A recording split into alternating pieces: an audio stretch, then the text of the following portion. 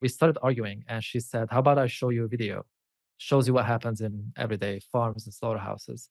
So I finished watching, and all I could think about is, I should really find a good argument now.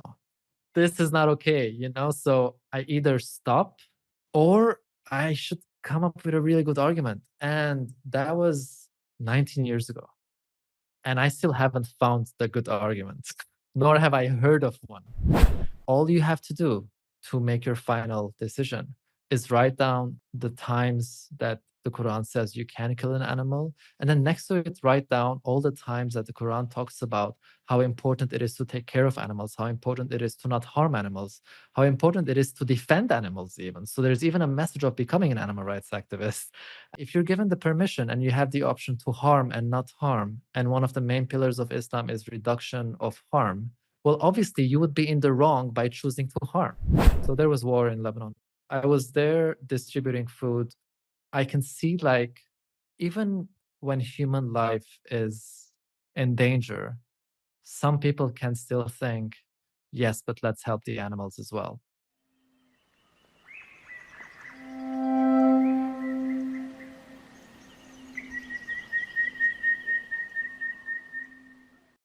Good morning, Seb. How are you? Good morning. Thank you. I'm good. How are you? In fact, it's not morning for you at all, is it? Because you're in Indonesia. Yeah. So apologies. Good afternoon. 6 p.m. Yeah, 6 p.m. Good morning here. Good afternoon. Good evening there. Yeah. Well, I followed you for a long while, so it's brilliant to get the chance to talk to you on Sentientism Conversations. And we've talked briefly before, but I guess, as you know, this is a series of conversations about what I think of as the deepest and often most neglected philosophical questions. Questions like what's real and what's true, and how do we understand this strange universe? And just as importantly, the deep questions of ethics, what matters and who matters. And I have an obvious bias because I'm this podcast and this YouTube part of my broader project of trying to popularize and develop sentientism as a really broad pluralistic worldview that in simple terms is evidence, reason, and compassion for all sentient beings. So when we're answering the what's real and the what's true questions, it says, look, we don't know, but let's use evidence and reason and have a humble, good faith attempt at working out what reality is and what's true. And on the ethical side, again, it's quite open-minded, but it does insist that every sentient being, every being that can experience things, anything at all, should matter seriously in our moral consideration. But I'm very lucky in this series of now well over 200 conversations to talk to people. Many agree with that worldview and that way of thinking, and many have disagreements with it. So it'll be really interesting to understand your own philosophical journey and how that plays into the work you do today. But before we get onto those crazily big philosophical questions, how would you best introduce yourself and the work you do? Well, to begin with, I'm actually glad that we're not doing this in the morning here, because the topics we're going to engage in are not easy to take on in the early morning. So my name is Seb. I'm born and raised in Lebanon. I'm the founder of Middle East Vegan Society. I've been an animal rights activist for around 10 years now. Initially, and I remain also a human rights activist, but that's been something that I've been more active in since I was 16 or even 15 years old. And yeah, I'm really interested in the idea of pushing forward the message of animal rights and the philosophy of animal rights. And obviously interested in it, not because I find it like an interesting topic, but because I believe that there's a very important moral urgency there. So I think it's important to talk about it. And for a long time when I was doing activism, I was kind of frustrated that there was no one doing like work on a regional level in the Middle East. And then I thought, okay, well, maybe I shouldn't complain and I should start doing something as well. And I was happy to see that there are actually various grassroots groups within the Middle East, within different countries. But we seem to be, at least for now, the first and only organization that is working, that is doing the type of work that we're doing there. Yeah, it's groundbreaking work. And it's true, even within this podcast, I've been very lucky to speak to people from Southeast Asia and from different African countries. And but still the default is very much, European, American, sometimes in, particularly online discourse, it can feel like Europe and America, the Americas are the only parts of the world that exist. It's deeply frustrating. So yeah, your work is groundbreaking. And it'll be really interesting to understand how the cultural and historical context of some of the regions you're working in the Middle East and North Africa, play through differently, in some of the themes we address in these conversations. So let's start with the first of these really big philosophical questions, the question of what's real or what's true. And that's a really broad, topic, of course, right? It affects every belief or credence we might have. The subject of epistemology, how do we come to know things or believe things? But quite often an interesting way into it is the question of religion and the supernatural, and whether people grew up in a religious or supernatural culture and context and society, or one that was maybe more scientifically minded, naturalistic, agnostic, or atheistic, and how that side of their thinking has changed over time, if it has. So I don't know if that's a good story to start with. You can wind the Yeah. clock back as far as you like. So I am born and raised in Lebanon, but I'm originally Armenian. So I'm Armenian Lebanese. Armenian community is very tight, and one of the things that keeps the community together is the religion of Christianity, because Armenia, we always joke about it, that every Armenian says this in every conversation, which is Armenia was the first country in history that accepted Christianity as an official religion.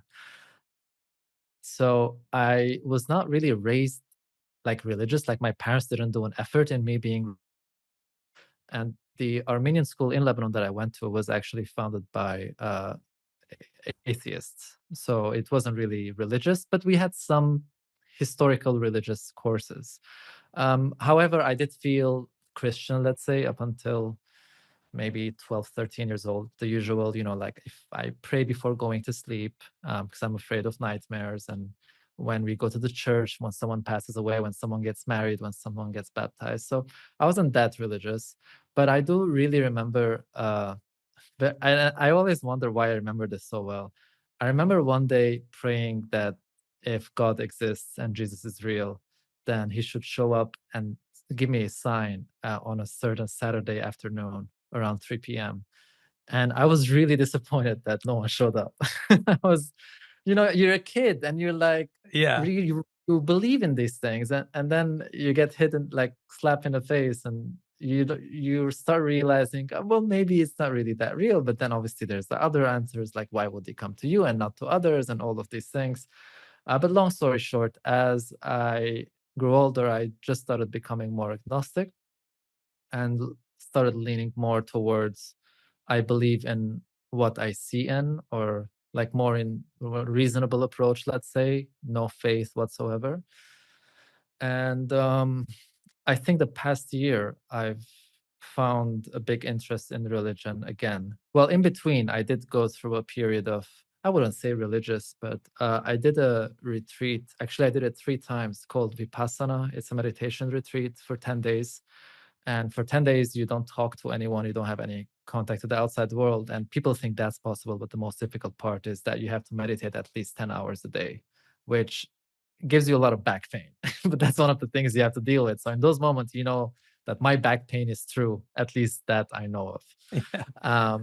So it wasn't a religious in the sense of like Buddhism or Hinduism, but it was a scientific way of meditation, which I really enjoyed. And then in the past year, I found some interest in religion again, specifically religious history, let's say, more with Christianity, for example. After watching the documentary Christspiracy, I was really interested in that. Like, I felt like I had something that I could relate with. So for those of you who haven't watched the documentary, do watch it. It's online. And I Yeah, also they've just found, they've just started a digital release now, haven't yeah, they? a So few you can few see it months online. ago, yeah, Yeah. yeah. And meanwhile, last year we launched, 2 years ago, we launched a resource called the Vegan Islam Initiative. So people can look it up at veganislam.org. And it was prepared by vegan Muslim activists. And when I read it, when our team member, Fauzia, she sent me the final research, I read it and I was like, this is quite powerful. I didn't expect this from Islam. And I straight away bought a Quran and 2 books on animal welfare in Islam. And I wasn't disappointed. I really was like, wow, this is really powerful. You can make very strong cases for animal rights using the religion. We can get back into it. It's very detailed, but there's ways of making a very strong case for animal rights in Islam as well. Yeah. And so I that led me into reading more about the religion of Islam, and with the political situation in the Middle East, one thing that I was always surprised by is when I see in any country in the Middle East affected by wars, when Muslims are, let's say they lose someone in their families, someone got killed or martyred, one of the things they say is they congratulate each other, and they say, because you had the honor to become a martyr, like your son, your father, whatever. And then the next thing they say is God is the best planner. So I could not believe how much pain someone can go through and still believe in God.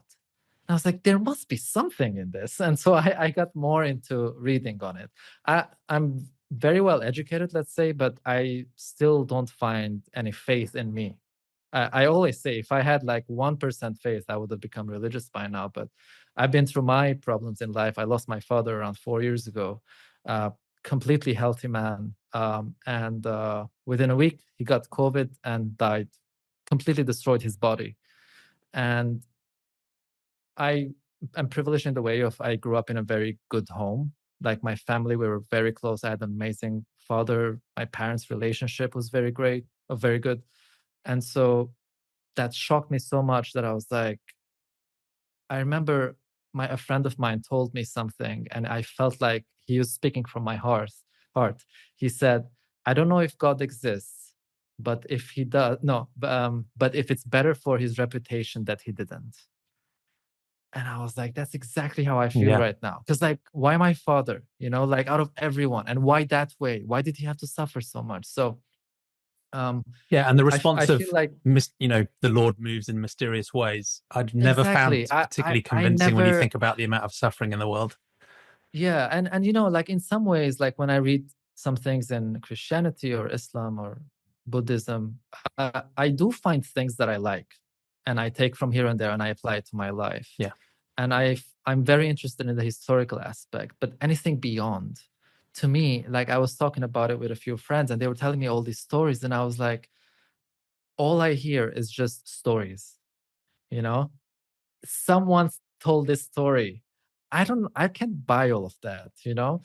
So I can say I started very like minimally Christian, and then went away, like parted ways with Christianity, and then now I'm like walking in parallel with religions, but and like understanding and reading about them, but never really feeling like, oh yeah, this is the complete truth. Yeah. Thank you. So Yeah, I that's think that's fascinating. So it sounds yeah. like your epistemology, if you like, is guided by a naturalistic approach using evidence and reason. So it Yes. feels like if you were to take a turn towards the religious, you would be doing that based on evidence and reasoning.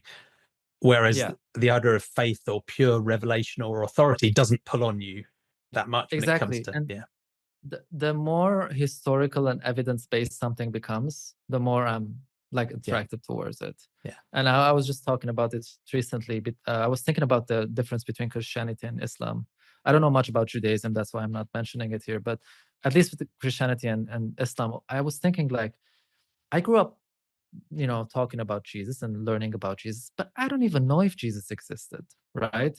And so that's already further from me. I recently found out that um, the Prophet Muhammad's bloodline exists until today. Like there's a clear name and like who did what and everything. And historically, you understand what happened. Obviously, it was also more recent than Christianity.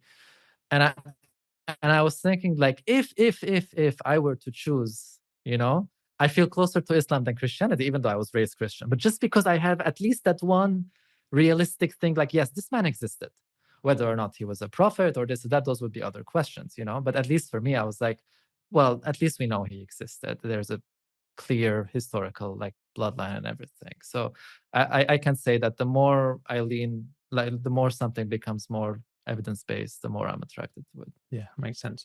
And it was interesting how you talked about how a shock in someone's life, like you went through, for some people that is the path towards a religious way of thinking. They almost turn Yes, to it for yes, reassurance, and there must be a plan even if I don't understand it, and that helps them. And for others it turns them, and for me, the it other turns them way. more away, where you're like, Yeah, if there is a God, I can't see that they're perfectly benevolent, because look around. And yes, interestingly, that challenge, the problem of evil or the problem of suffering, becomes even more difficult to face when, as we'll talk about later, you expand your moral scope beyond humanity, because when you start understanding the moral salience of non-human Yeah. suffering, I mean, that, the problem of suffering has just been multiplied many, many times. So, but at the same time, as you said, there can be a tendency amongst people who've moved away from a religious worldview, and I did too around a similar sort of time as a teenager, sort of gently Christian and then became uh, a strong agnostic or atheist, is the sort of classic angry atheist thing where you just want to, Yeah.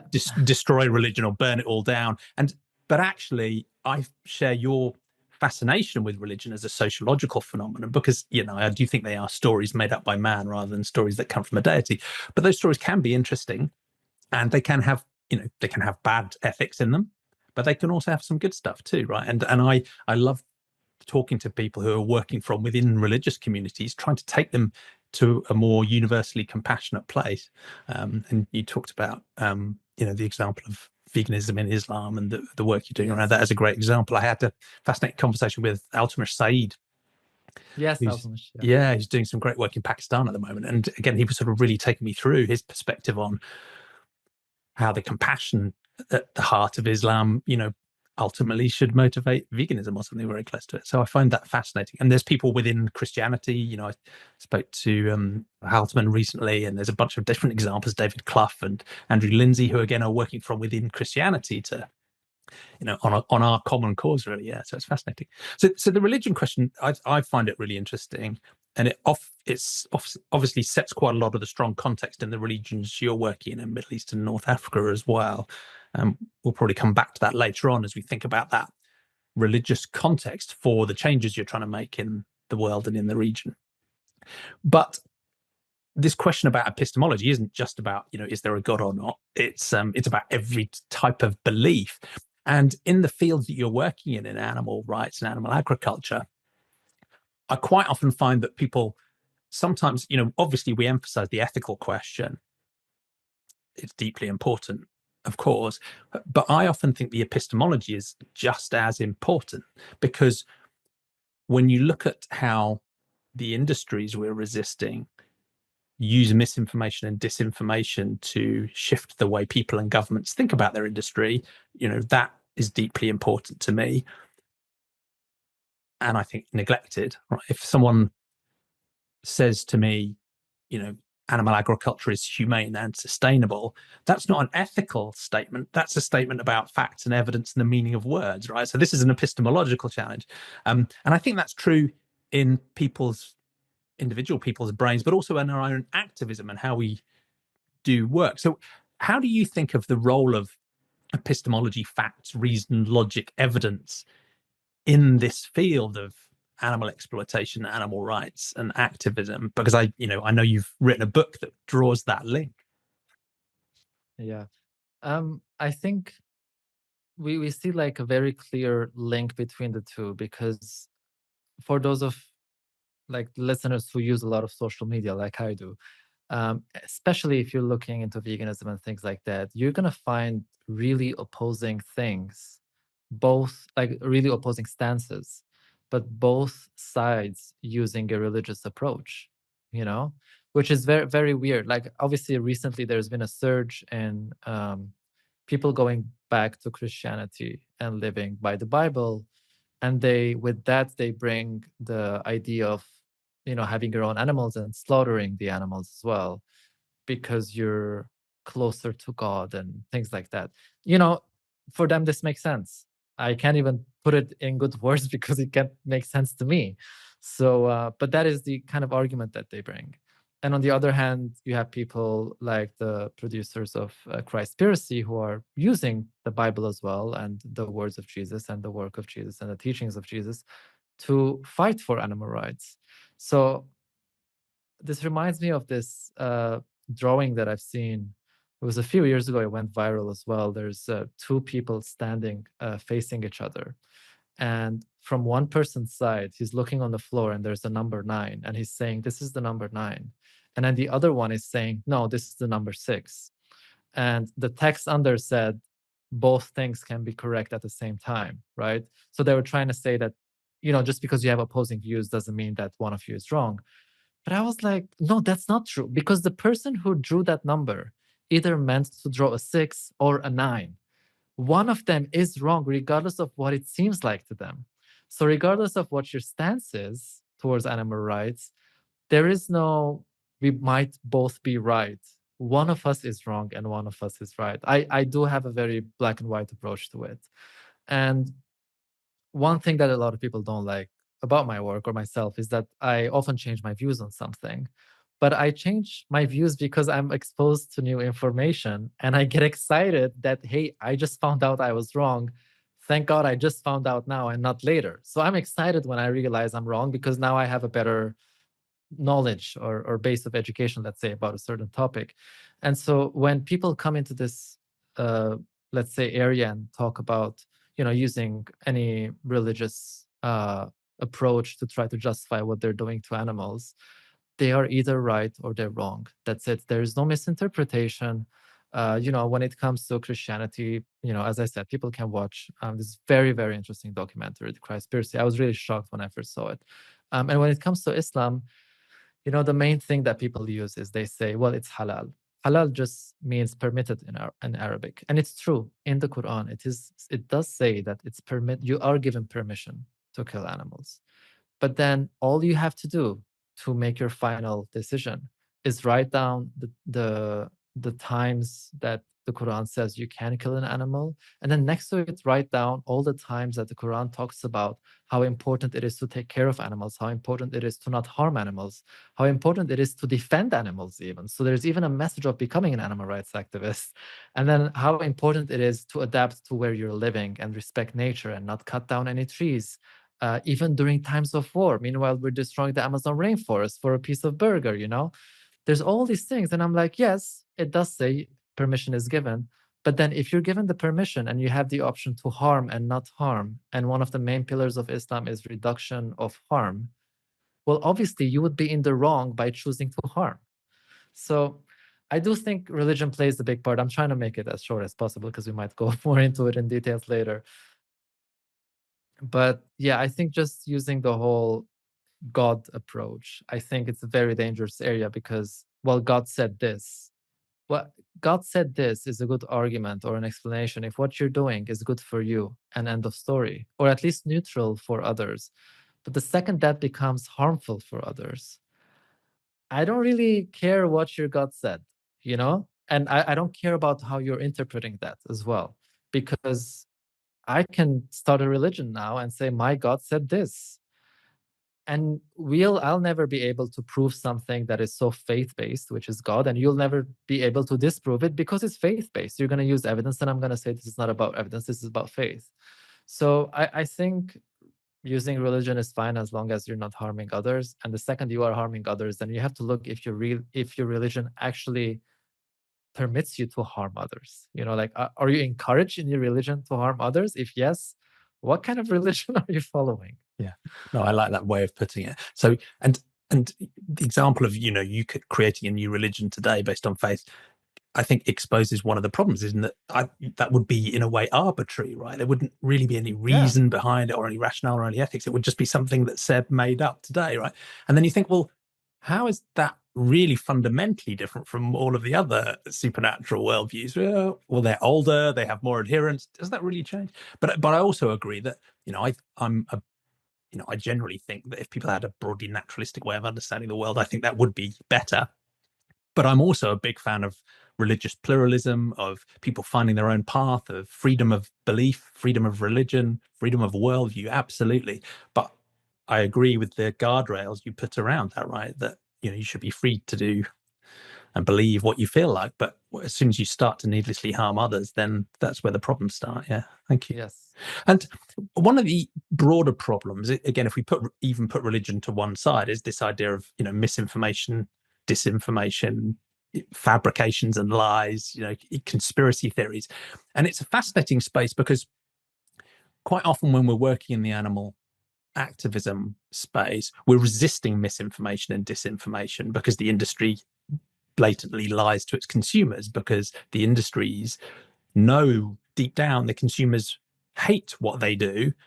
So they have to use, I mean, they should win all the marketing awards, right? It's absolutely amazing what they've managed to do.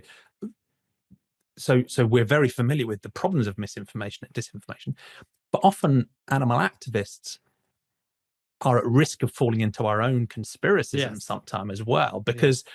in this weird way, we are a tiny minority who know we're right. The world really is arranged against us. There really are powerful forces, hoodwinking the sheeple, right? So in a way, we're like, oh, this really is, we really are. Yeah. We're the conspiracy, we're the flat earthers who are actually right, right? but that's dangerous because that can lead us into, Of course. conspiracy theories about all sorts of other stuff as well. And you can see that in lots of the vegan and the animal activist movement, where people are almost so confident they're right about veganism and animal advocacy and animal rights that they think they're right about everything, and they've stopped changing their mind, and maybe they do have dogmatic views, and they are accepting mis and disinformation from other places. And I had a fascinating conversation with Christopher Sebastian about this problem, particularly in the animal world. What are your thoughts about those challenges, and how can we as activists guard against falling into our Yeah, own that's epistemological a traps? that's a good question. I can point out one misinformation I completely believed and spread around when I first went vegan, because Oh some yeah, guy on YouTube said it. It was basically this idea some guy on that YouTube has a lot to answer exactly, for. exactly. That was all I needed to believe and spread it around. He basically said that when we consume animal products, or like when we consume dairy, we're consuming animal protein, which is acidic, and that makes our blood acidic, and our body changes that by using calcium to uh, to basically fix the acidity, and it takes the calcium out of our bones. So therefore, we are more likely to lose calcium when we consume dairy. Now, the thing is, I also believed it because I've seen the graphs of countries. The more they consume dairy, the higher rates of osteoporosis and bone fractures. And so I was like, it must be true. Turns out it's not. That part is not true. The graphs, they were scientific and research based. The story about calcium and this and that, it was just a YouTuber saying it. So, and I recently saw a friend of mine also sharing it, and I was like, oh, I should tell her not to say that because I know now it's not true. However, I do think, yeah, the misinformation part. I mean, the industry is always trying to either spread misinformation, spread what seems like facts, as if they are universally accepted, scientifically proven facts. They're doing that all the time with claims on regenerative farming, with claims on plant sentience, with claims on unhealthy plant-based diets. At the same time, as you said, our movement does attract a more conspiracy leaning type of people. And the best example we can talk about is just COVID and all the vaccine thing and everything that happened then. Now, on one hand, obviously, I know there's a science, and what some people fail to realize that in this case, we can clearly see what was science. We can clearly see what was abuse of power and other things that happened. And we can clearly see what was really just conspiracy theories of people just saying a bunch of stuff that I was like, please don't tell me you believe that. Now, unfortunately, it was a very difficult time for everyone. It was the first time we're facing something like that. And so we were all sensitive to different type of misinformation and fears that we had. And of course, we all had a lot of time to spend on the internet. And just as I Yeah, was following that guy to years do ago on your own YouTube, research. Yeah. exactly, do your own research. It's the most dangerous thing you can tell someone. Um, Yes, so I do think we have to be careful as a movement not to spread misinformations, and that's also why I ended up writing the ebook. Actually, I wrote it during the pandemic because I couldn't do much activism. I was like, I, we use a lot of logical fallacies in our advocacy as animal rights activists. That's not okay, So that's why I did some research and wrote the book as well. Yeah, because the Yeah, risk I is that think in general, I mean, yeah, one risk is we just end up being wrong about stuff, but it also undermines the credibility of our own arguments if yes, we're, yeah. yes, yes, and I mean they love that. The meat industry loves that. I think it was 2 years ago or a year ago. if I'm not mistaken, she was Russian, social media influencer. I don't even know how big or small her platform was, but she was on a raw vegan diet, extremely unhealthy, extremely like taking calorie restriction to very far end. Unfortunately, she passed away. They're all over that story. Until today, I see posts on viral pages, vegan influencer dies from malnutrition. Like, no, that's not that's not dying from vegan malnutrition. That's dying from calorie restriction. And it's dangerous to go around and say that this is because of veganism, because then people like tell people that this is about calorie restriction, because people can harm themselves even if they're not vegan by restricting their calorie intake. So it is a like deadly weapon, misinformation. You can use it in so many ways, and they have been using it. The biggest example you can take is how hard they fight against to basically create laws that make people terrorists if they enter and film what happens inside a slaughterhouse and leave it and publish it. You can literally become under law a domestic terrorist for doing that. And so they are always fighting information and at the same time spreading misinformation. Yeah, thank you. And I like the other point you made, which is just that joy of changing your mind, right? One of the other Yeah, things that a it's great. naturalistic approach has to reject is dogmatism, right? Because by definition, Yes. you're stuck, right? You've closed your mind to any evidence that goes a different way. And I think changing your mind in line with the new evidence and new reasoning is something we should take an absolute joy in, right? Yeah, yeah. And it's not the easiest thing. Like just I think it was 2 weeks ago, I had a small argument with my wife, but it wasn't like something that one of us did. We were arguing about something external, and halfway through I realized she proved me wrong. And it took me like a minute to actually go like, you know what? Like, you're completely right. I'm wrong. It's not easy. Yeah. It's not easy, but it's also nice because you just realize you were wrong, and you could have not realized that and sounded wrong for the rest of your life. Yeah, absolutely. Thank you. Well, let's move on to the next big set of questions, which are about ethics. And it's up to you whether we blur these together. But the first is about what matters really deep down. And there's so many ways of answering that question. You can talk about justice and fairness and virtue and suffering and rights. You could talk about, as you were hinting at earlier on, a sort of divine command theory where good and bad is defined by your obedience to some rules or to or a command from a god or gods. How did you, even from as a child, really start to think about the basics of good and bad, right and wrong, and how do you think about that now? What's the root of your ethics, if there is such a thing? Well, um, it was honestly, it was my father was very strict on being like good.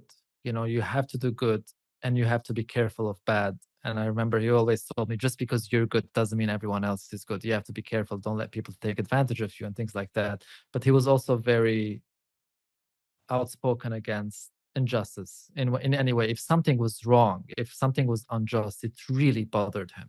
It And is that really, what he really meant bothered by him. good? Was justice and fairness, and is that how he would Yes. describe good? Yeah.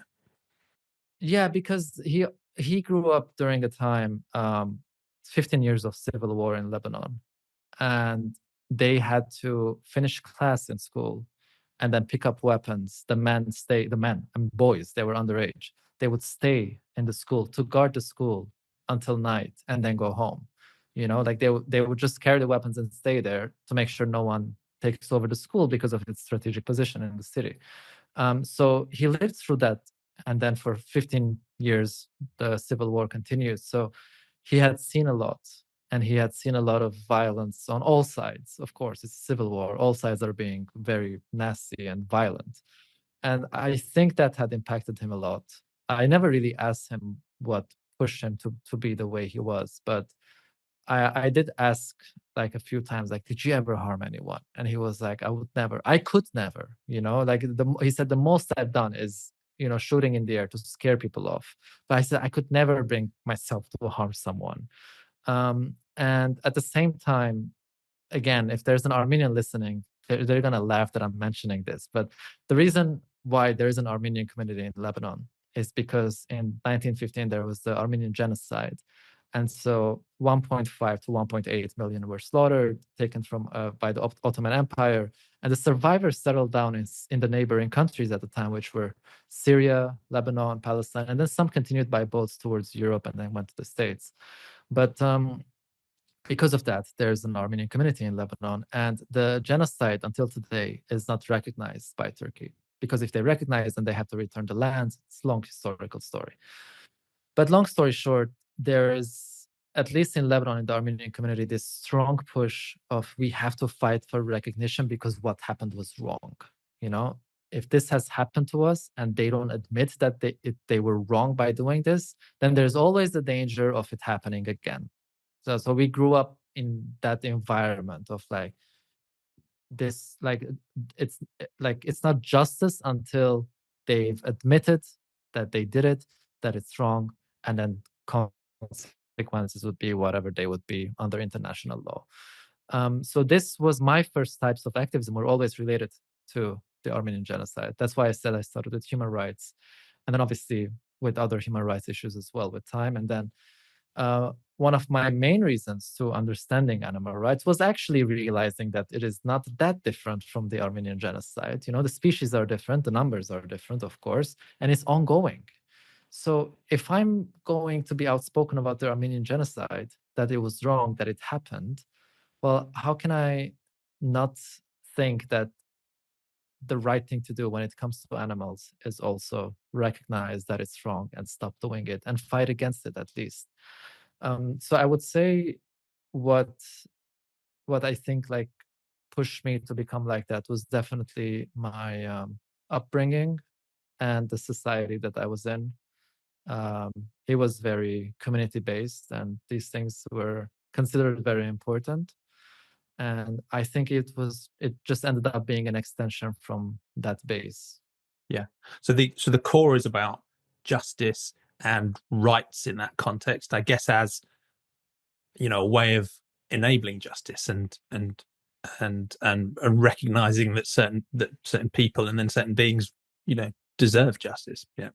Exactly. And Yeah. the second part of this question is that you've hinted at already, and is obvious from our conversation already, is this who matters question. Because the frustration that you and I will share is that many humans around the world would agree with us that rights are important and justice is important, but they will restrict their concern to sometimes subgroups of humans, right? So there are many people who say only my type of human warrants rights and justice and the others don't. We know the problems that still causes in the world today. But even many people who say, I'm on board with universal human rights will really struggle about extending that. So when did that start to happen to you? When did you start to think about non-humans and see those links between human and non-human justice causes? Well, it's interesting. We had a cat that my brother found on the street and brought him home, and we adopted him. And at the time, I was 16 years old, and I ate, like the typical diet that you would eat at a 16-year-old, at 16 years old. And I used to also go hunting with friends every now and then. And a friend of mine at the time, American Lebanese, I remember very well, she was like, how can you claim to be an animal lover and you still go hunting and you eat meat and you eat chicken and all of that? And she said that because I really, like, everyone knew our cats. Like he had his own Facebook page, over like 100 friends. People would post funny cat videos on his wall, wish him happy birthday. Like he was famous in my group of friends. So one What day was my his name? mom wanted to Chichik. Chichik, yeah, very funny name. It was my mom's condition because that was the name of the cat that she had when she was a kid. So long story short, my mom wanted to declaw the cat because he was destroying the couches. And I tried everything to stop her from doing that. I was like, it's wrong, it's unnatural for the cat, etc. And she wouldn't stop. So I went on Facebook and I made a Facebook group against my mom. And I called it Against Removing Chichik's Nails. and all of my friends jumped in the group, and they would like type stuff like comments for me to read at home. And we lived in a very small flat, so I would just go online and read out loud what everyone is saying about my mom's decision. And at the end, she was like, you know what, fine, I won't do it. And so my friend used this story to tell me like, well, I'm glad you kind of saved your cat from going through that, but I also realize you're a hypocrite because of etc etc, you know. And I hated hearing that.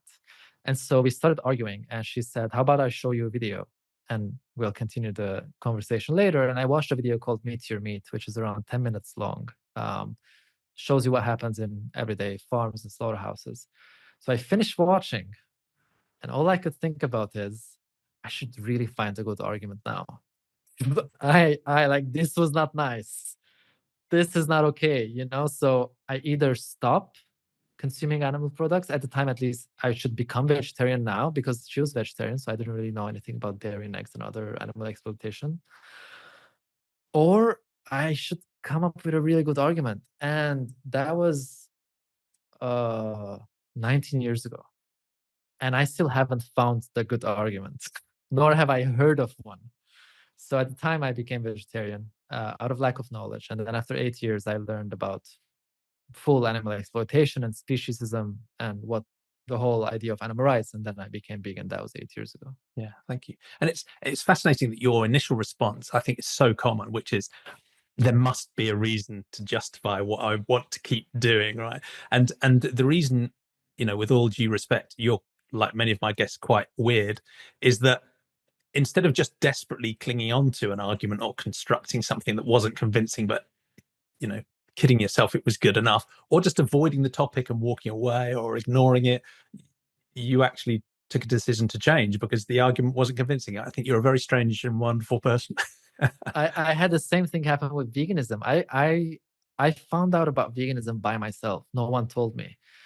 Because I basically Googled, why do humans drink breast milk from another mammal? Because like I was bored and I was wondering, it doesn't make any sense, like naturally speaking, why we would need that. So I was like, oh, there must be a good reason. So I searched it. And then I read more about veganism. And then I watched a documentary called Earthlings. And I finished, and I was alone. So I was like, no one knows that I know. Yeah, I can act I like could I just get never away with found this. out. I can continue this way, but I couldn't. It's way too horrible. You know, we're not talking about one small bad inconvenience you're causing on someone. It's much more than that. You can't just go like, oh, I'm just gonna act like I didn't see that. It's horrible. Like no one should feel comfortable going to sleep knowing that they're not gonna change. And when you started to think about, you know, other animals that way, did you think about them ethically in the same way as you thought about other humans? So again, was it about justice, unfairness, and rights, or was it more about suffering and compassion and empathy, or a mix of both? Suffering and compassion. Yeah. The rights-based stuff and the justice-based stuff really came maybe 4 or 5 years ago, after reading more and getting some books and stuff like that. But I definitely used to talk a lot about, widen your circle of compassion. This is creating so much suffering. I mean, ideally, yes, but I've come to realize that it doesn't have to be about compassion. And technically, it's not even about compassion. If you do it with compassion, that's amazing. But you don't have to love someone to not harm them or to not hurt them or make them suffer in any way. You don't have to love. You can disrespect them and still respect their rights and realize that it's wrong to harm them. So Yeah, I definitely had a more compassion based approach at first. yeah. And I think a way I've come to think about it is what matters is their perspective. As you know, as a victim of harm, or you know, whatever they're going through, or a victim of constraint or exploitation, and in a way they're not worried about our motivation, right? Is Yes, it empathic? Is it emotional? Are we sentimental? Or is it more intellectual or rational or logical or, you know, theoretical? You know, they don't really care, right? What they care is, you know, are their rights if they're harmed or not. being Yeah, protected? Are their interests you know, are they allowed to fulfill their interests? And are their interests, you know, being given moral consideration regardless of the path we find towards that? Yeah. Thank you. yeah. Yeah. And Definitely. it was interesting the way you linked, the concept of, human rights and animal rights together, and that you see them as being richly linked, or maybe even aspect of the same thing. And that can be very sensitive to some people. And you talked about the idea of even linking the idea of intrahuman genocides to what we do to non-human animals. And that can be a sensitive and a difficult topic to explore, because in a sense, people don't want any suffering or injustice to be trivially compared with others, because they are all distinct and meaningful in their own ways, right? But at the same time, I think we can find ways to recognize the parallels and Of the course. links. Yeah. And the point you made about seeing that link, I've tried to coin the term senticide to refer to, the needless killing of large groups Any sentient. Yeah. uh, of non-human sentient beings, or in fact any sentient being, that could include humans as well, with an aim to destroy the group. And the strange thing about the animal agriculture process is that it is almost like an extermination, but it's one where you then forcibly rebreed the victims, so you can do it over It's and like a over and over and over constant again. It's not just like a cycle. one-off genocide or a centicide. It's it's like a repeated extermination. It's deeply It's bizarre. worse. Yeah. So Yeah, because you like it's as if, and I'll use the Armenian genocide as an example, so people feel more comfortable that I'm talking about it. It's as if you took all the Armenians at the time in 1915, killed the majority, and made the others breed and have more kids, and then killed them, like this cycle. It's psychopathic, like, regardless of what your intentions are, like, oh, financially it's better, for the economy it's better, we can make resources out of their bodies. None of these matter, when it comes to any injustice. The the excuses you're trying to find at the end don't matter. And I just want to point out something about what you talked about, comparing to other human related atrocities. uh, I think people, for example, when they get offended or feel like we shouldn't do it, they say, for example, we shouldn't be comparing what's happening to other animals to what has happened in humans in the past, or that is happening in the present. But I think technically that is the whole point of comparing. What we shouldn't do is equating. And we're not equating, because we can't equate human experience to animal experience. We can't even equate my experiences to your experiences. But comparing is literally exactly that. I can compare a computer mouse to a phone and say, like, well, they have similarities in the way that they're both electronics, but then in the way of their shape, they're not similar. So that is the whole point of comparing.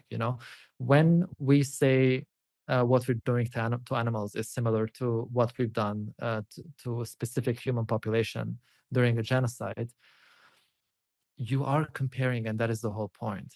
Equating, however, that would be where we should be careful, because it's also just false. You yeah, can't equate these experiences. yeah, thank you. And another distinction that I find helpful is thinking about, on one hand, the experiences of the victims, which again can be radically different and should not be elided or simplified or equated. But on the other side is the psychological, sociological, political motivations in individual human minds and in institutions and in governments that can drive all of these different types of problems. And I think that is really, really important work to do, because often these things do have some common causes in those structures and setups and in people's brains, right? I mean, you can see it in the way that, people recognize that dehumanization is a bad thing, because it's implied that once you're not seen as human, we do terrible things And to do you. It's like, whatever. yes, Yes. yes, Yeah, that's exactly the here point. is the point. And that has historically been done to many members of Homo sapiens, right? Who didn't get to count as, canonical model ideal humans. So Exactly. they were also excluded. And so I Exactly. think there's so much rich, if we really want to understand the deep roots of this problem, we have to understand how it manifests itself in many, many different ways. Yeah. Yeah. I think take any historical atrocity, the first thing that you would have to do to a population before um, genociding them or exterminating them is actually comparing them to non-human animals. That is the first point, because once you strip away the human status that they obviously inherently have, then you can convince people like, hey, this is not that bad because technically they're other animals. So I do think there's a very fair point in us looking at atrocities and looking at what's happening now and going like, is there some link here? Because there definitely is. Yeah, yeah. Thank you. Now, before we finish up on this who matters question, I'm interested in how people think about this in the Middle East and North Africa. And that's a stupid question to ask, right? Because there are so many different cultures and different countries and Yes. different and religious and non-religious ways of thinking. And I mean, you can't really summarize, but can you summarize how people think about this? Yeah. This question of moral scope, is it, are there some different themes that you could touch on that people from a more Eurocentric, or North American Yeah, of perspective course. might not be aware of? I can talk about my experience and what I've learned and what I've seen, what I've heard, and what I continue to deal with. For example, when it comes to animals, they are not treated in any way worse or better than any other parts of the world. In some countries, it may be more visible to the everyday eye. That doesn't necessarily mean it's worse than what's going on, for example, at the pig slaughterhouse in Manchester that I've been at, where you can hear them in the gas chambers from outside. It's just not in the city in front of you. It doesn't mean it's not happening. So you can see things in the Middle East or North Africa and think, oh, they're so bad with animals. And it's like, yeah, you're saying that because you saw them do it, Now that is a bit dangerous, because when people see it, it becomes more normalized, and obviously that makes it even worse. So I'm not saying that there isn't anything specific that might be worse. So that's when it comes to other animals. When it comes to society in general, I've felt, unfortunately, and I openly talk about this because I don't like this idea of like, if I'm from a place, I should always speak nicely or positively about it. I don't buy that. In Lebanon, there's a lot of racism that people don't know about, specifically towards Southeast Asian migrants or African migrants, and specifically the darker the skin.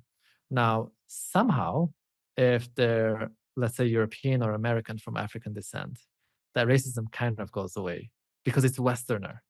It's so interesting. I mean, it's horrible, but it's interesting. Thankfully, there's a lot of organizations fighting about that as well. But I'm saying this because I see sometimes online people saying like, oh, people of color can't be racist because they themselves are the victims of oppression. Like, you can be a victim of oppression and also oppress others. Both can be true at the same time. I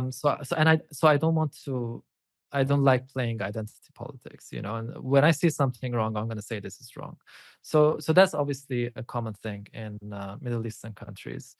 And I think in general, though, if I think about what I've learned and specific circles of friends and people that I know, I do think there's two extremes that it's very sad that it's these two extremes, but it can be either human life barely having any value to human life has so much value, and even animal life has so much value. I'll give you an example.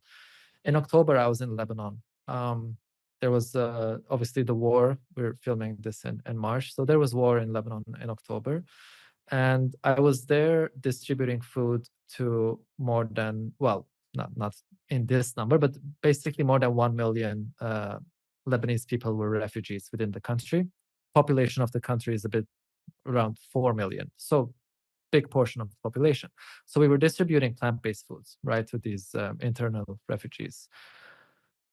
We decided to go into the southern suburb of Beirut, which is the most bombed area, like targeted with airstrikes. We decided to go there not to give out food to humans because there was no one there. Everyone had evacuated. But because in the evacuation that happened mostly overnight, everyone left everything behind, including animals. Okay.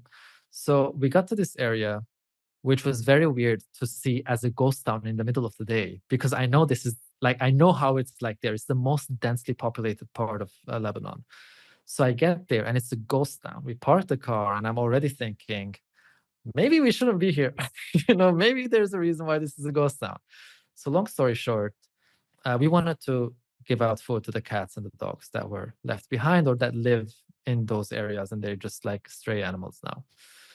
And immediately some security people came, and basically people who guard that area because it's evacuated. And we're talking armed civilians, okay? And they come and they're like, who are you? What are you doing here? Why are you carrying a camera? Now, the thing is, we had done a fundraiser, so we need to take some photos so people see that, hey, we use the money in this way. And they were very strict. They said, you have 20 minutes to feed as many animals as we can. We're going to put someone to stay with you. And in 20 minutes, you're out. You have to get evacuated because there's going to be an airstrike. So obviously, these 20 minutes, it's full adrenaline, anxiety, and then seeing all these animals. And I was thinking, I thought they're going to be angry with us because there's dead bodies under the rubble. The area is like bombed left and right, all the residential buildings. You can smell it in the air, a mix of animal corpses rotting, human corpses, shops and supermarkets left open, the fruits and vegetables, everything rotting inside, and then some chemical bombs, whatever were used there. You get a migraine within like 10, 15 minutes. And a few times throughout this 20 minutes, and then we actually got evacuated to another area to feed there. The people you're dealing with stay there. They are experiencing the airstrikes and everything. So they are not in the best mood, to say the least. But the amount of times that they showed up, like different people on motorcycles, carrying AK-47s in civilian clothing, giving us a look, and I'm like, oh my God, we're going to get in trouble. And then pulling up a plastic bag and saying, I have a few cats at home. Can you give me some food as well? And I was like, these are the last people I expected to care about animals right now, because they are experiencing, going through, and are going to continue. I'm going back home. I'm safe when I'm home. They are staying here. Yet still, they are sending different people or letting each other know, like, hey, there's a bunch of people with food for animals if you need to pick up some. Twice it happened. They came with motorcycles. They said, I know a place with more cats if you want to follow us. Obviously, my first reaction is, I don't know if I want to follow you, man. I don't know who you are. You're carrying guns. And both times we ended up being in streets with a bunch of cats. And so in this extreme, I can see like that even when human life is in danger, some people can still think, yes, but let's help the animals as well. I'm an animal rights activist, and the people with me were animal rights activists as well. So I'm not shocked that they care. But to get to these locations and realize that people there care as well, I think it's amazing. I think it's beautiful actually. So that this shows like, but at the same time, it's also war. Human life has no value in war. So it's very contradicting and contrasting. I don't know how to explain. Yeah, but there is at the same time there is some hope there, isn't it? Right, that this is, Of course, yeah, of something deep course. seated in Yeah, nearly all humans. Yeah, and then maybe that cues up the final impossibly big question, which is, how do we make a better world? So we've answered roughly how do we understand this crazy universe. We've answered roughly who matters, right? Who should we care about? So the next question is, what do we do about it? And there's it's such a difficult space, and the scale of the problem is so large, but there are points of hope, right? So one, as you said, right, many humans, even in extremely difficult situations themselves, still demonstrate glimmers of this really broad compassion that goes way beyond our species. But you can look back into history as well and see points of hope and see rich resonance and themes of these ideas. Having a deep concern for non-human sentient beings is not a modern thing that was invented in the 1940s, right, around the vegan movement, or Peter Singer, or whatever it might be, right? This is an ancient theme. And one of my favorite examples to pick out is Al-Mari, who I know you featured on the... this is a design I did with his poem. Oh, really? It's my favorite verses from the poem, basically. Oh, wonderful, wonderful. So before we get onto this, how do we make a better future question? I don't know if do you want to tell us a little bit about Almari and who he was, and Sure. yeah, because I've picked him out as maybe one of the earliest celebrity Yeah. sentientists, way We before the found word. another one. Yeah, oh really? Yes, yes. Because I mean, you can tell us a little bit We'll about him, talk but he about it. seemed to have both a naturalistic way of understanding the world. Yes, You know, was quite, yes, quite disparaging about religion and faith-based ways of thinking, but he obviously had this really rich, broad, a yes, sentiocentric moral yes. consideration too. But yeah, do you mind telling us a little bit So about him? Al-Mari, his full name Abu Ala Al-Mari. He comes from the town Al-Mari in Syria, in modern day Syria. He was a poet, an ascetic human being. So he refused the luxuries of life. He was blind, and he even refused to sell his poems because it had no meaning for him to make money. Like, make money for what? It has no meaning. And he spent his last years of his life taking care of his mom as well. So, like, a very caring and loving man who refused to wear leather sandals almost 1,000 years ago. Okay, for anyone trying to make excuses to buy leather shoes. If a blind man in the middle of the Middle East refused leather sandals and used wooden sandals instead, I'm pretty sure we can all make a bit of a sacrifice, if it can even be considered a sacrifice. So he was very outspoken against the use of animals and the abuse of animals and the consumption of any animal product, from meat to chicken to honey to milk. And in this poem that's called I No Longer Steal from Nature, he actually talks about that. And if you realize, so, I mean, I know some people are going to be listening to this, but if you're watching on YouTube, you'll see I've written some of the verses in Arabic calligraphy. And then the last part is in red. The three last words is in red because it's my favorite part of the poem. It says, oppression is the worst of crimes. So he's really talking about, or injustice as well. It can be used in both ways. Injustice is one of the worst crimes that you can do. So he was a very, like, outspoken person. And there's even more things if you read on it. He used to send letters back and forth with a poet who at the time lived in Egypt. And because they're both poems, they used to argue about animal rights in poems. So everything rhymed as well. And I made a joke at an event a few years ago. I said, technically, it's the oldest rap battle in history, and it's about animal rights. Um, Interestingly, apparently they also planned to assassinate him, but they didn't because they were afraid that if they did, people would be more curious about his school of thought. Like, why would you kill someone like that? What's the reason? Let me look into it. So that's Abu Ala al-Ma'arri 1,000 years ago. However, we also found out Porphyry, who was a philosopher born in south of Lebanon, was very outspoken about consuming animal meat and also sacrificing animals.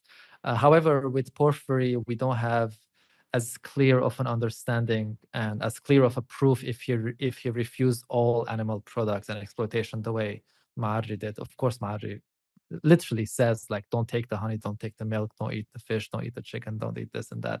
So we don't know about Porphyry, how his diet looked like. We know he refused to eat meat and dead animals. He might have consumed dairy or eggs and honey. We don't know, but still very interesting. Two individuals from the region that we were working in.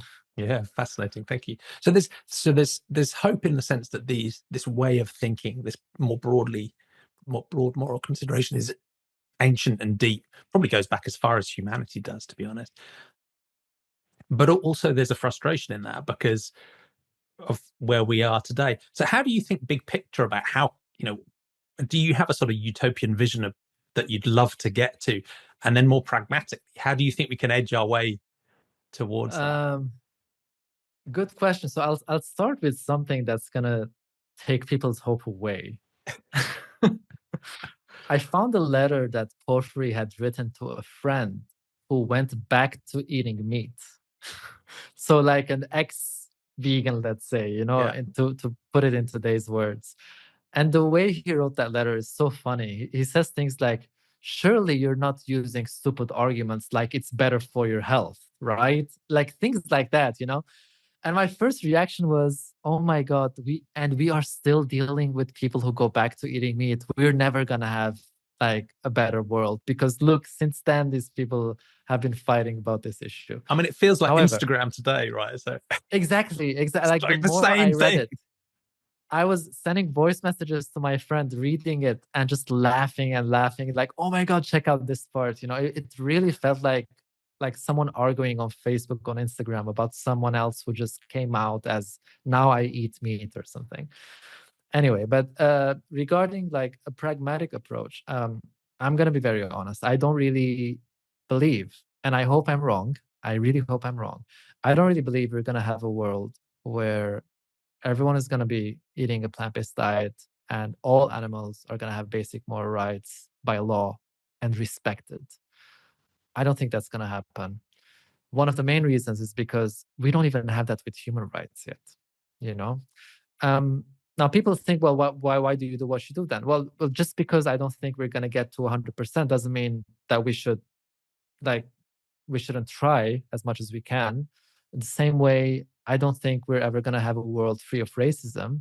That doesn't mean that we should stop fighting against racism. We should always educate people about racism. So that's one.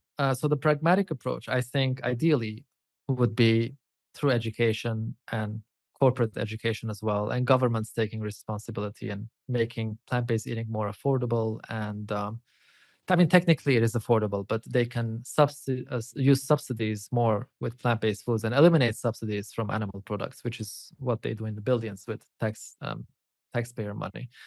I think that would be the pragmatic approach. Ideally, we'd wake up tomorrow and all governments have realized everything we're doing was wrong and decided to make the world a better place. Which, let's face it, we don't know a lot of governments that want to make the world a better place. So what gives me hope, though, is that, and this is something I argue with a lot of people on, it's the fact that more people are taking human rights seriously. And the reason why this gives me hope is because my personal approach on, we talked about who matters, how do we decide who matters, and what exactly matters, we might always have subjective answers to these questions because technically we we can conclude that animals feel pain because they act towards pain, well, towards harm the way we do. But technically, we don't really know because we are not them, you know? But we use logic and we use reasoning and we see that they have a central nervous system and a brain, everything that we have as well to understand what pain is and suffering is. We hear their cries and everything else, of course. So we are 99.9999% sure, even more if possible, that they, like us, suffer and feel pain. However, that might always be something that you're not going to get a lot of people to agree with you. Unfortunately, I wish people would be more simple and reason based. But there is one thing we all agree on, which is human rights. So if someone doesn't agree on human rights, then they're a lost cause. I wouldn't deal with them. What's the point of talking to someone who doesn't even agree that all humans deserve basic moral rights equally? Um, so the reason why I have hope is because the more there's human rights violations around the world, the more people are being outspoken about human rights. And the whole idea of human rights is recognizing that all humans are different from each other. We are not the same. We don't speak the same languages. We don't have the same skin color, eye color, religions, etc. Different needs and interests. Exactly, everything. IQ levels, creativity, talent.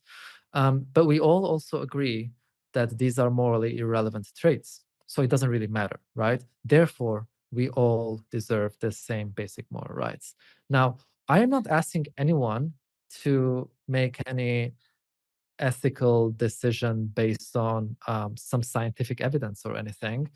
I'm just going to ask them, do you believe in human rights? And if they say yes, there's not a single way they can disagree with animal rights.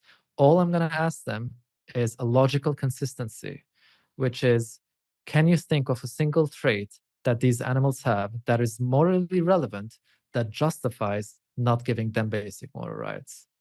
There's not a single trait. Any trait you give, if I apply it to a human, you're not going to agree that this human no longer deserves basic moral rights.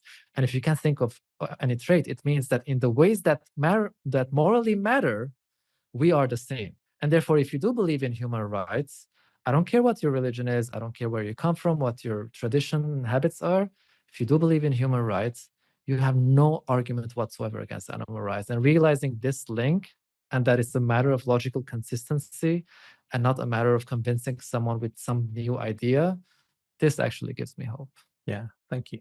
And one difficulty, and I think it links to the problem you talked about before, where, people will say, well, it's very rare to find someone who will say we should give up on human rights completely because we haven't implemented them perfectly, right? I mean, that would be a deeply Yeah. bizarre thing to say. People will say that about non-human animal ethics, right?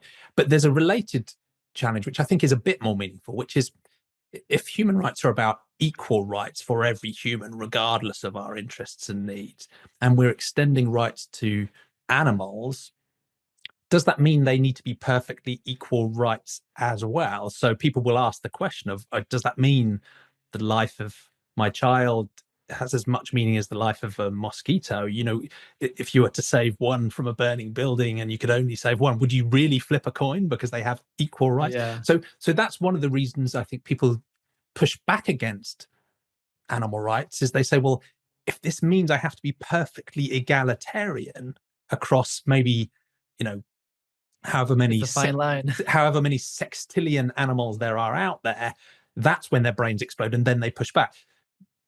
How do you respond to that sort of challenge? Do we Yeah, have to be perfectly egalitarian, or is there some? sure. So I remember I gave a lecture a few years ago at the University of Denver, and someone said, this person was vegan and an animal rights activist. And she said, if my mom was in the hospital and needed an urgent operation, and they told me that they're going to use an artery or anything from a pig's body to save my mom's life, she said, I would say, yes, do it, because I value my mom more. And then someone can say what you said, like, you're going inside a building, who would you save? Like your kid or an animal? Well, all you have to do is replace that second animal with another human, and your answer would still be the human you are more closely related to. So it's not a decision you're taking based on species. You're not saving your kid because you think your kid matters more than a dog. You're saving your kid because it's your kid. You would also save your kid if the other being was the neighbor's kid. So it's not a matter of speciesism, it's a matter of human emotions. And so if I'm going to save, for example, my brother from a fire instead of a stranger, that doesn't mean I will no longer respect human rights, because technically my brother's life is like more important or less important. Like, it's a difficult question, but that doesn't mean that I can't respect human rights now. Yeah, thank you. And I like that approach. One thing I will say is these sorts of thought experiments and challenges feel very different when they come from a fellow vegan than from someone Yes. who doesn't even stand against exploitation and oppression in the first place. You're right. Okay.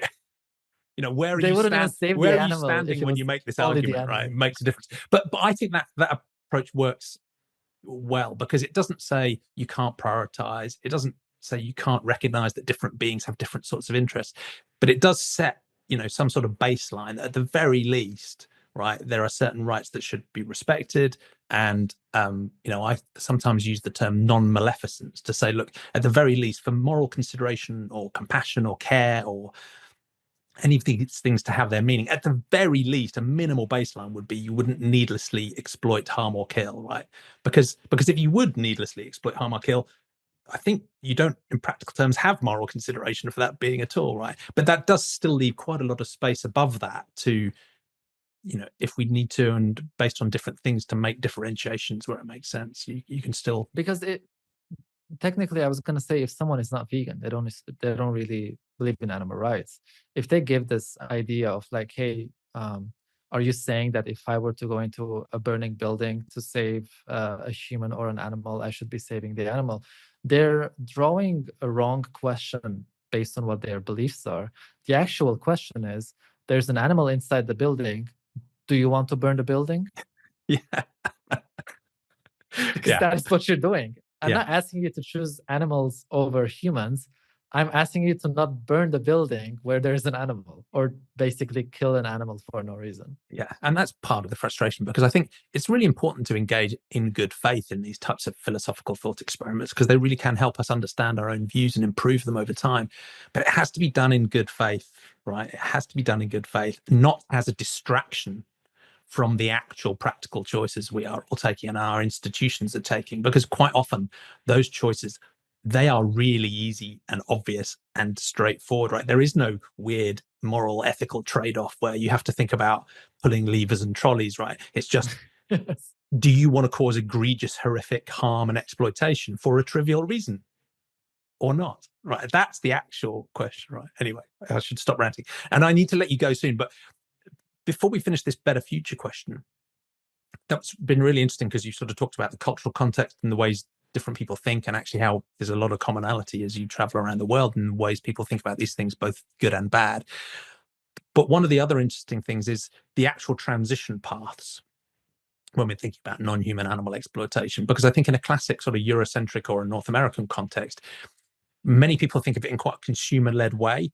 So they will say, well, the industries themselves that are animal agriculture or laboratory testing have a lot of money, but they use an enormous amount of land, but they employ a tiny percentage of people, and they serve many billions of consumers. So the sort of simple answer behind the transition is, the consumers, through ethical transformation and through cheap, tasty, delicious alternative products, and through reducing subsidies, those industries that do drive the agriculture will ultimately transition either to plant-based agriculture or, ecological stewardship or ecotourism, or, some other thing that small percentage of people, 1 or 2% of people who are currently in those industries, will transition, hopefully with just transition sort of governmental and state support to help them find a more ethical and environmentally sustainable life cycle. So that's the general transition story, right? About institutionally, systemically, how that might happen.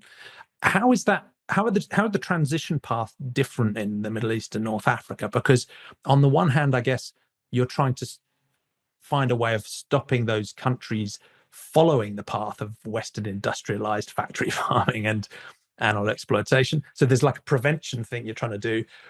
But are there different positive transition paths you can imagine? Because my impression is lots more people are more directly involved in those industries. It's not a sort of small industrialized hidden away process. It is more engaged in people's societies.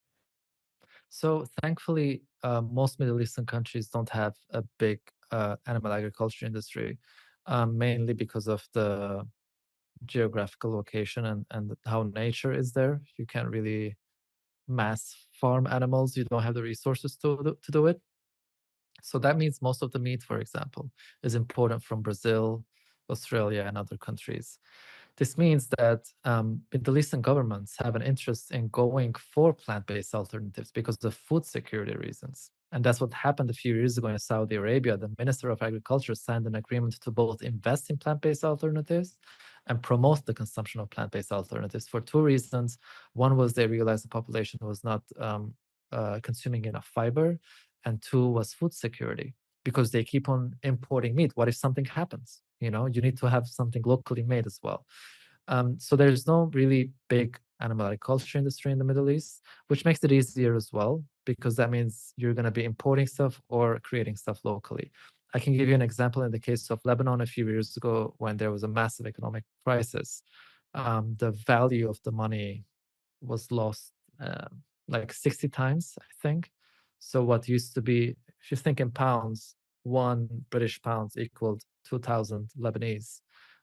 Right now, it's 120,000 Lebanese. So you would see like a imported soy milk for like 80 pounds, you know? So what happened as a result was people couldn't afford meat anymore. You can only afford what's made locally because anything imported from outside is purchased by the currency exchange, where your money's value is very low. So a kilo of meat would be around 2 to 250 pounds, you know? And as a result, a lot of local companies popped up left and right in Lebanon, making plant-based cheese with very healthy ingredients, healthier than any cheese you can find in the UK or the US, because it's the cheapest natural products that they can make locally. And companies that started making plant-based meat, plant-based chicken, etc. And I recently found out that the same thing happened in Syria during the war. There were a lot of restaurants that replaced chicken shawarmas with soy shawarma, and they didn't even talk about it. It wasn't a vegan thing. It was more like we need protein and we need cheap food, and we don't have chicken, you know?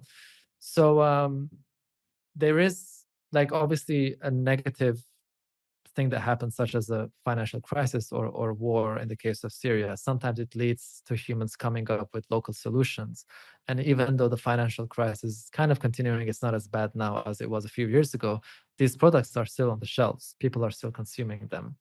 And so I think overall, the Middle East is not going to be like very heavily affected if we switch to a plant-based food system.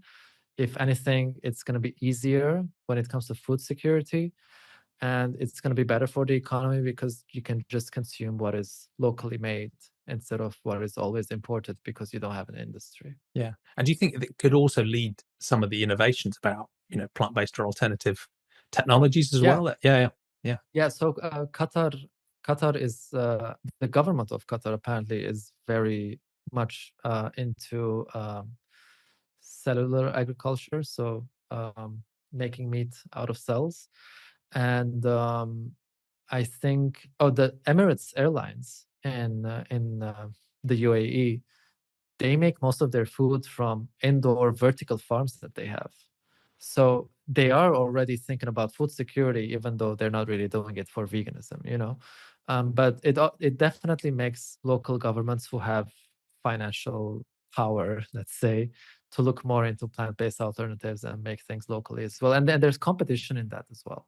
yeah. Thank you. There were two more things I Really wanted good. to ask about, if Sure. that's okay, before I let you go. So one, again, is about linking the human and the animal injustices together. And I thought a really interesting case study was some of the work you did after the horrific explosion in Beirut. Yes. Yeah. I just wonder if that might be an example of how you can actually make a humanitarian intervention that's trying to help humans, but in a way that respects animal rights as well. Yeah.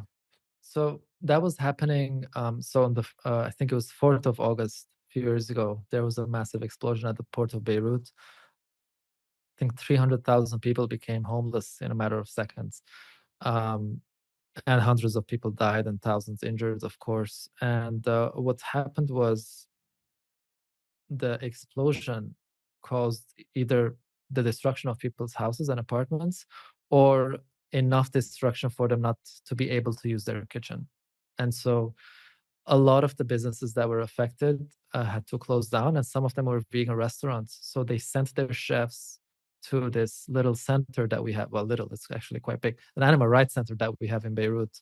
And so we were preparing all the food there and then going out and distributing them. And I remember a few times thinking, like, man, I want to have this so badly because I know it's like the best chefs of the vegan restaurants that are making it, but it's not for me, you know? So we were going around distributing the plant-based meals, but we also put a few flyers about plant-based nutrition. We wanted to be careful for people not to think that we're taking advantage of their vulnerable situation. So we just put it like, hey, here's some information on nutrition. That's it. We're not saying anything else. And another thing that we did is we were going to distribute food to Kenyan migrants because a lot of the NGOs, as I said earlier, we do have a racism problem in Lebanon. We're only taking care of Lebanese people who were affected by it. So we wanted to make sure, like, hey, let's make sure that other communities are also fed through these efforts. And at the same time, we were taking care of the bills of animals that were injured and they were in a veterinary clinic. So operations and broken legs and stuff like that with cats mostly.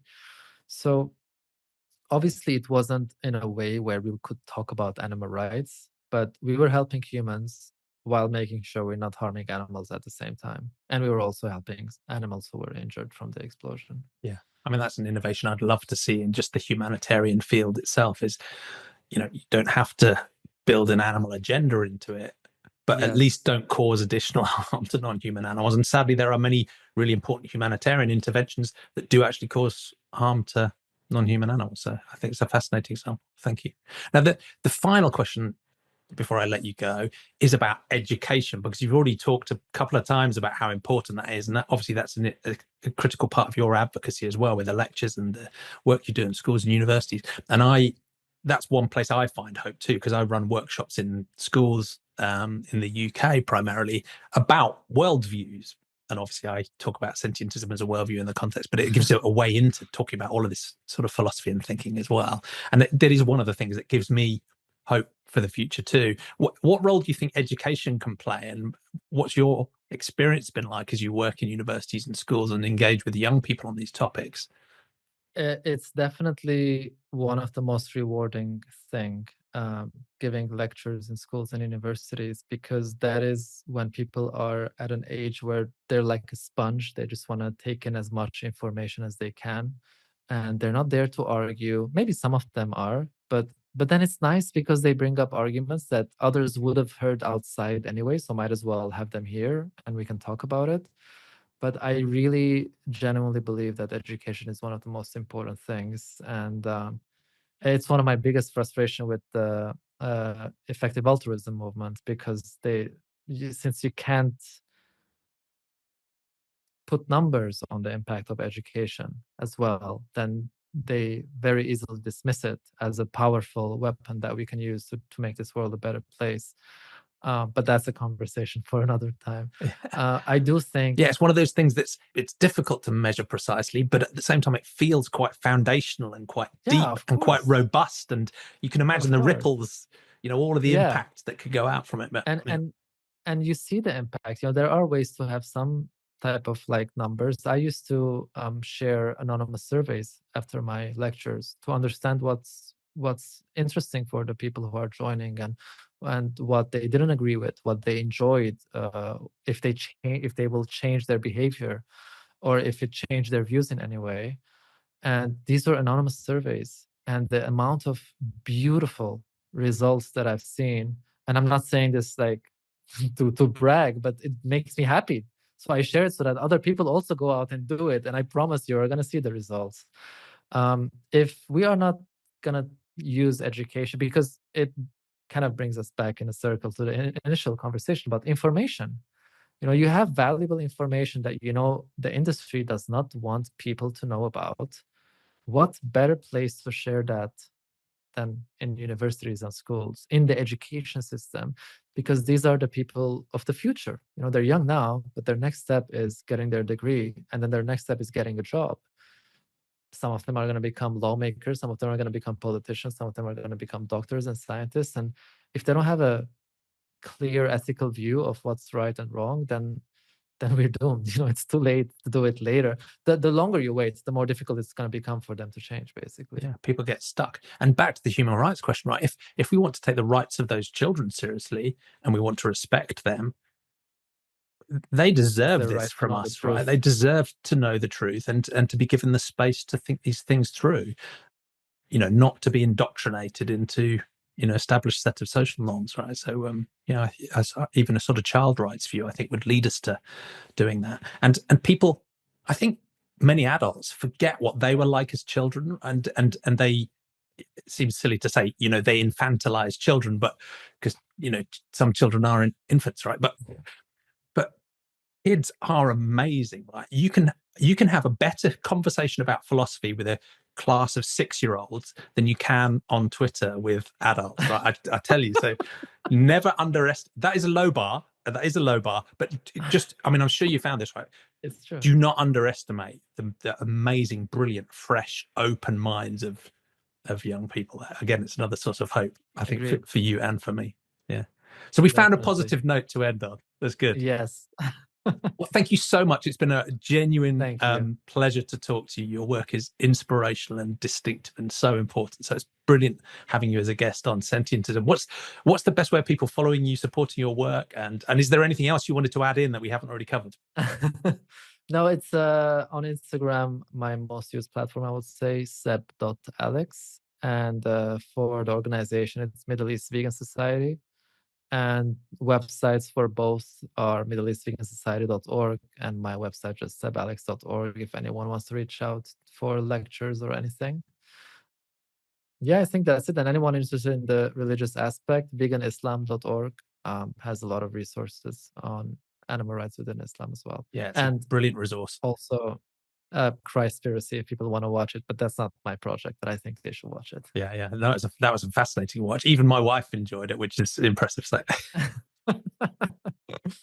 cool. Well, Great. thank you. I will let you finally get on with the rest of your Thank you. evening. Sorry for taking up so much time, but it's been a It's real all right. It pleasure. was Please fun. do stay in touch too, Seb. Take care. Thank you. Take care.